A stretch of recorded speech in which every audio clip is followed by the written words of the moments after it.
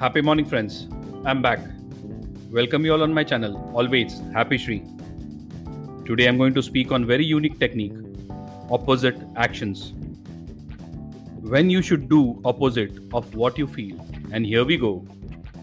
Emotions can be very useful when they guide us to act in helpful and constructive ways. But sometimes emotions can be misleading and dangerous. At times, it's better to disengage from our emotional instinct rather than act on them impulsively without questioning them or challenging them. One technique used to challenge the destructive emotion is called opposite actions. The key idea behind opposite action is that every emotion comes with an action tendency. For example, anger often causes us to lash out, be aggressive, whether verbally or physically.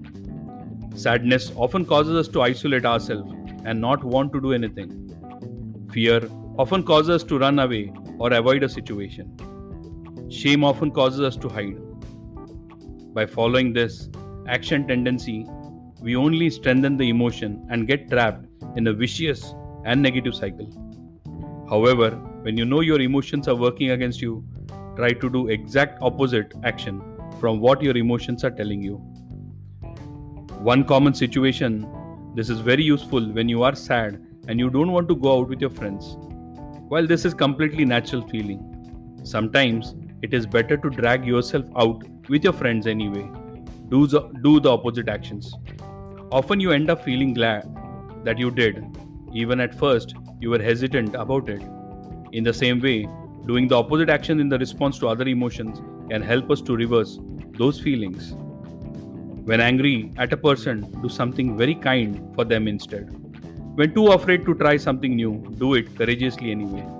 When sad and you don't want to leave your bed, get up and get outside despite your feelings. When shameful about something you want to hide, be open and share it with others anyway. This is all easier said than done. But when you focus on the opposite action from what these unhelpful emotions are telling you, then you will have an easier time ending their cycle.